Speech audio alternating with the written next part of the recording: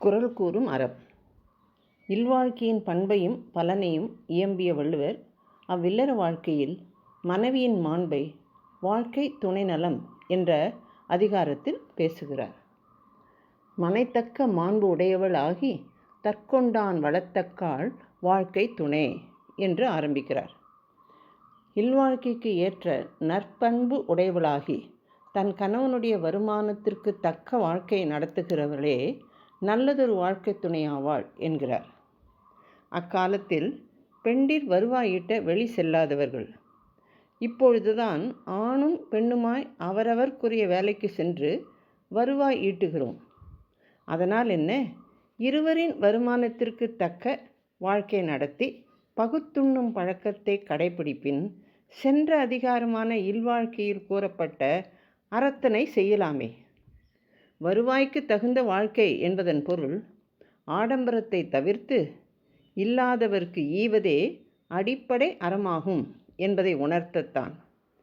இல்வாழ்க்கைக்கு தக்க நற்பண்பு மனைவியிடம் இல்லையானால் ஒருவனுடைய வாழ்க்கை வேறு எவ்வளவு சிறப்புடையதானாலும் பயன் இல்லையாம்.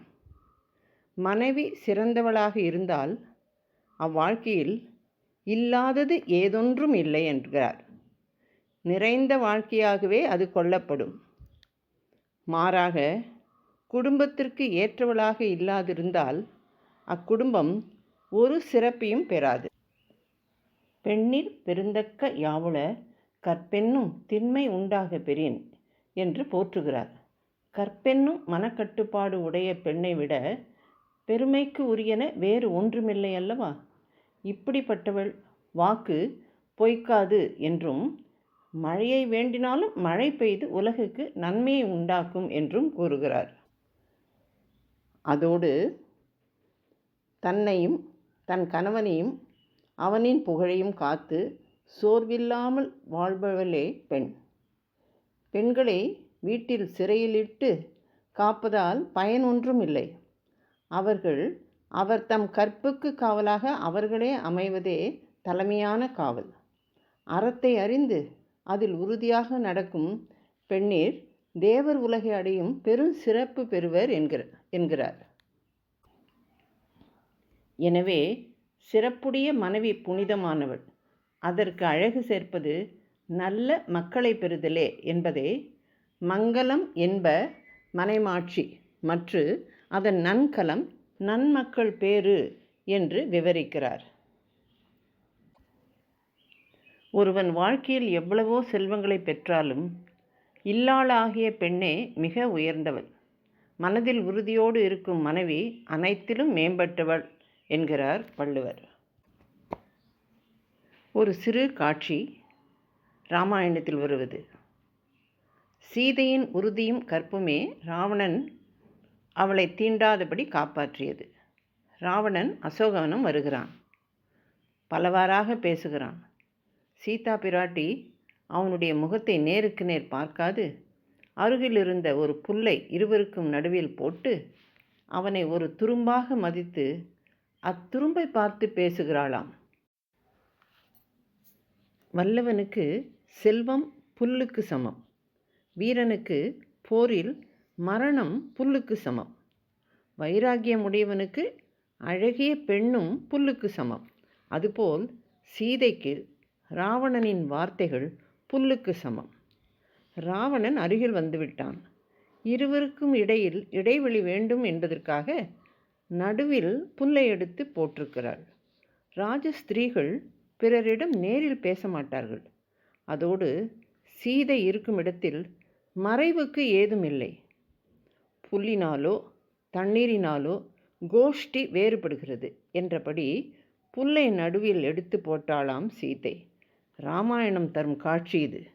சிறை காக்கும் காப்பு எவன் செய்யும் மகளிர் நிறை காக்கும் காப்பே தலை என்ற குறளில் மகளிரை கணவன் சிறையில் இருப்பது போல் வீட்டிற்குள் பிறர் நுழையாதபடி செய்தோ, வீட்டின் வாயிலில் அவள் வெளியே போக முடியாதபடி காவலரை நியமித்தோ செய்யும் காவல் பயன்படாது என்பதையும், மகளிர் தாங்களே தம் மனதை உறுதியாகவும் கற்பு நெறியிலையும் பிறழாது இருக்கும்படி செய்வதே அரிய காவலாகும் என்று கூறுகிறார்.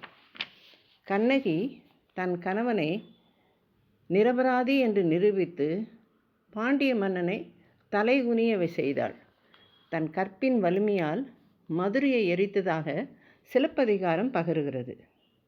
ராவணனால் சிறைப்பிடிக்கப்பட்ட சீதையோ தன் கற்பின் திண்மையை தீயினில் அமர்ந்து வெளிவந்து உலகுக்கு காட்டினாள். கற்பென்னும் தீயை தீயினாலும் சுட முடியவில்லையாம். அக்காலத்து கதைகளில் வரும் நள தமயந்தி போலவோ, சாவித்ரி சத்தியவான் போலவோ, அரிச்சந்திரன் சந்திரமதி போலவோ, சீதா ராமனை போலவோ இக்கலியில் முழுக்க நம்மால் அனுஷ்டிக்க முடியாது போகலாம்.